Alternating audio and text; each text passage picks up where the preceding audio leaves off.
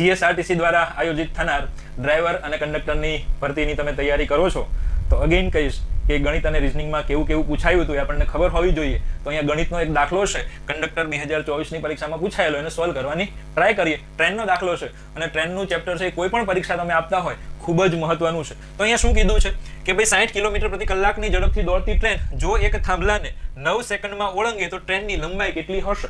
હવે અંતર સમય ઝડપવાળા ચેપ્ટરનો જ એક ટોપિક છે ટ્રેન એ, અને અંતર સમય ઝડપનું ચેપ્ટર હોય તમે આપણને ખબર છે એક સૂત્ર આવે. કયું સૂત્ર આવે? તો કે ઝડપ બરાબર અંતરના છેદમાં સમય. ઝડપ બરાબર અંતરના છેદમાં સમય. આ સૂત્ર છે, આ દાખલામાં લાગુ પડવાનું છે. હવે અહીંયા ટ્રેન છે એ થાંભલાને પસાર કરે છે, તો આપણે સમજવું એ જરૂરી છે કે ભાઈ ટ્રેન જ્યારે થાંભલાને પસાર કરશે ત્યારે અંતર કેટલું કાપશે? તો ટ્રેન જ્યારે કોઈ થાંભલાને, કોઈ માણસને, કોઈ વૃક્ષને જ્યારે પસાર કરે ત્યારે પોતાની લંબાઈ જેટલું અંતર કાપે.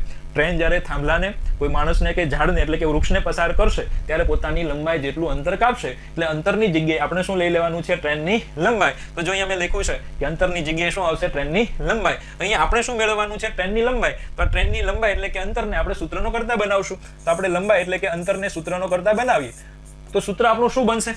આને સૂત્રનો કરતા હું બનાવું છું તો ઝડપ ગુણ્યા સમય મળશે મને. તો ઝડપ કેટલી આપી છે? 60. હવે ઝડપ છે 60 એ કિલોમીટર પ્રતિ કલાકમાં આપી છે, એને આપણે મીટર પ્રતિ સેકન્ડમાં ફેરવવી પડે અને કિલોમીટર પ્રતિ કલાકને મીટર પ્રતિ સેકન્ડમાં ફેરવવા માટે ગુણ્યા 5/18 કરવા પડે. બરાબર. પછી હવે શું લેવાનું? સમય. તો સમય કેટલો આપ્યો છે? 9 સેકન્ડ. તો ગુણ્યા શું લખી દઈશું? 9. હવે કોઈ એકમ ફેરવવાની જરૂર નથી. 9 ગુણ્યા 2 18. 2 ગુણ્યા 30 એટલે શું થશે? 60. અને અહીંયા હવે ઉપર શું વધ્યું? 30 ગુણ્યા 5 150. 150 શું આવશે? મીટર. આ શું મળી ગઈ મને? ટ્રેનની લંબાઈ. તો આવા ને આવા દાખલાઓ જો શીખવાશે, આગળની પરીક્ષા પાસ કરવી છે તો અમારા ઇન્સ્ટાગ્રામ એકાઉન્ટને ફોલો કરતા રહેજો અને અહીંયા મિત્રો સુધી અમારા રીલ્સ છે એને શેર કરતા રહેજો. Thank you. જય હિન્દ.